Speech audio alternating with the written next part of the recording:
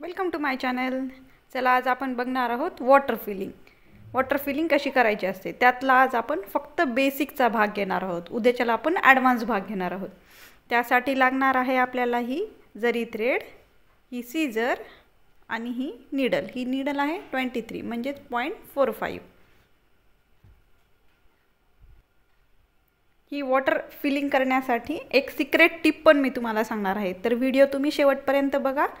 तुम्हाला नक्की कसं सोप्या पद्धतीने करायची असते वॉटर फिलिंग हे समजून जाईल. यामध्ये पहिल्यांदा मी या पद्धतीने असे ड्रॉ करून घेतलेले आहेत लाइनिंग्स. वरून खाली या पद्धतीने तुम्ही पण ड्रॉ करून घ्या. त्यानंतर हा थ्रेड नीडल खाली टाकायची, खालचा थ्रेड वरती घ्यायचा.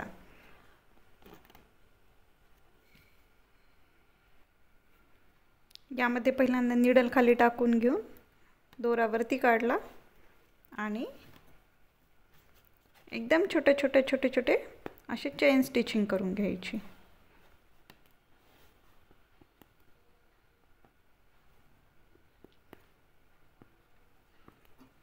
या पद्धतीने.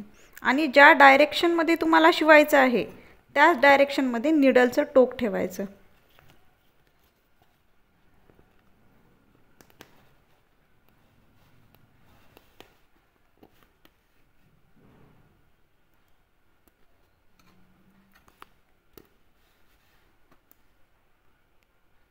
एकसारख्या ते चेन स्टिचिंग यायला पाहिजे, तेव्हा कुठे तो सुंदर दिसते वॉटर फिलिंग.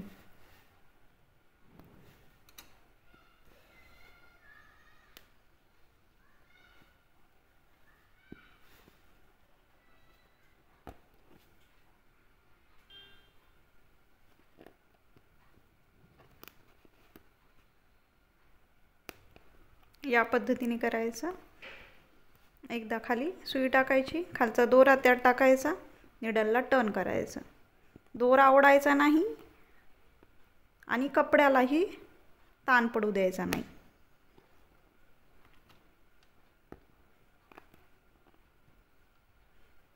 हे जेव्हा तुम्ही प्रॅक्टिस कराल ना तेव्हा अजून छान फिनिशिंग सहित येतं.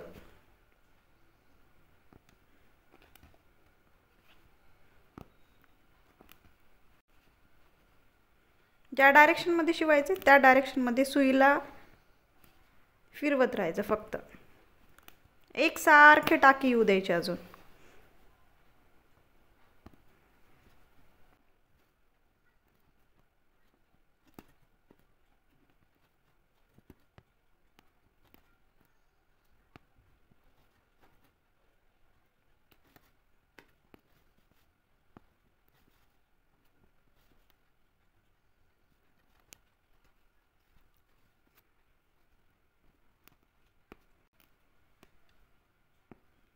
जितके छोटे छोटे थ्रेड घ्याल तितकं छान दिसणार आहे. त्यामुळे पहिल्यांदा जेव्हा तुम्ही कराल तेव्हा ते येणार नाही, पण हळूहळू त्याची दररोज प्रॅक्टिस केली की त्यानंतर येऊन जातं.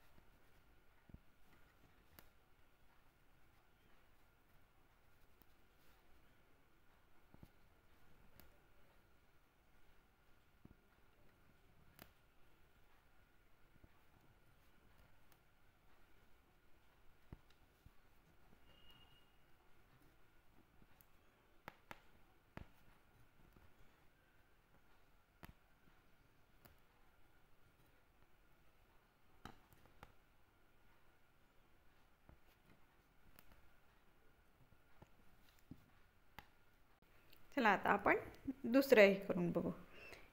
पहिल्यांदा याची प्रॅक्टिस करायची. एकदम छान जर हे जमलं की याला करायला काहीच अवघड जात नाही. पहिल्यांदा निडलला खाली टाकायचं, खालचा थ्रेड घ्यायचा,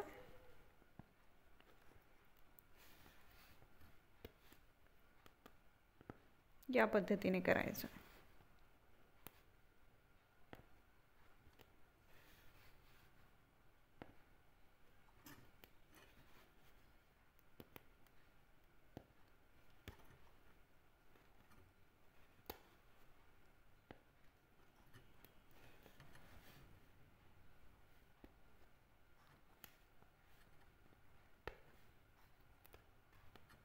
दोरा बिलकुलही मोठा येऊ द्यायचा नाही.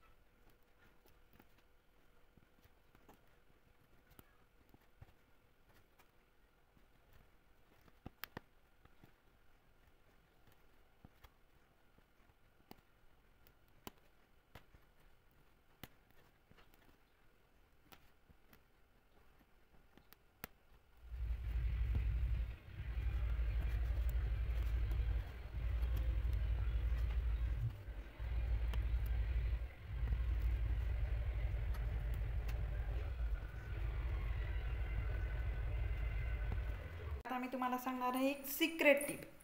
सिक्रेट टिप ही आहे की आपण सिल्क थ्रेड वापरतो. जेव्हा आपण वॉटर फिलिंग करत असतो तेव्हा आपण सिल्क थ्रेडचा वापर करतो. पण मी तुम्हाला सांगते की या थ्रेडने तुम्ही वॉटर फिलिंग करून बघा. याला कॉटनचा थ्रेड असे म्हणतात आणि याच्याने करायला खूप सोपा जातो. कारण सिल्क थ्रेडमध्ये आपण 2 थ्रेड घेतो, ते थ्रेड तुटण्याचे जास्त चान्सेस असतात. ह्या कॉटनच्या थ्रेडमध्ये एकच थ्रेड घ्यायचा हा, आणि याच्यामध्ये जे धागा असतो तो मजबूत असतो, तर हे तुटण्याचे चान्सेस खूप कमी असतात.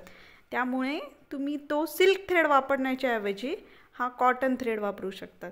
या कॉटन थ्रेडने फिनिशिंगसुद्धा खूप छान पद्धतीने येते आणि त्यानंतर शिवायलासुद्धा खूप सोप्या पद्धतीनं जातं. चला आता यामध्ये पहिल्यांदा निडलला खाली टाकायचं, खालचा दोरावरती घ्यायचा. बघा आता या दोऱ्याला मी कितीही ओढलं तरी पण तुटत नाही. इथेच जर सिल्क थ्रेड असला असता तर एवढं आपण ओढू शकत नाहीत त्याला.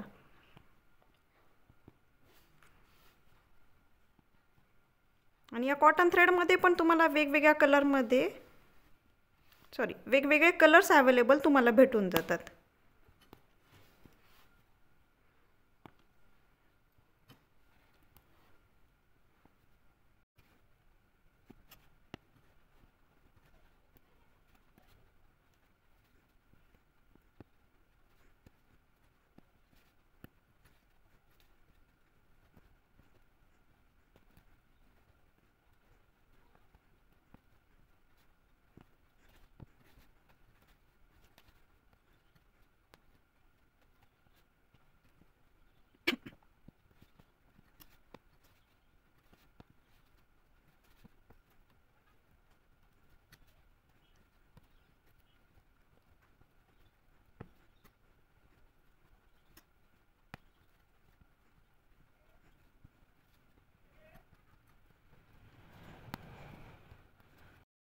मी जेव्हा पहिल्यांदा शिकत होते ना त्यावेळीचा हे बघा, हे या पद्धतीने माझं येत होतं.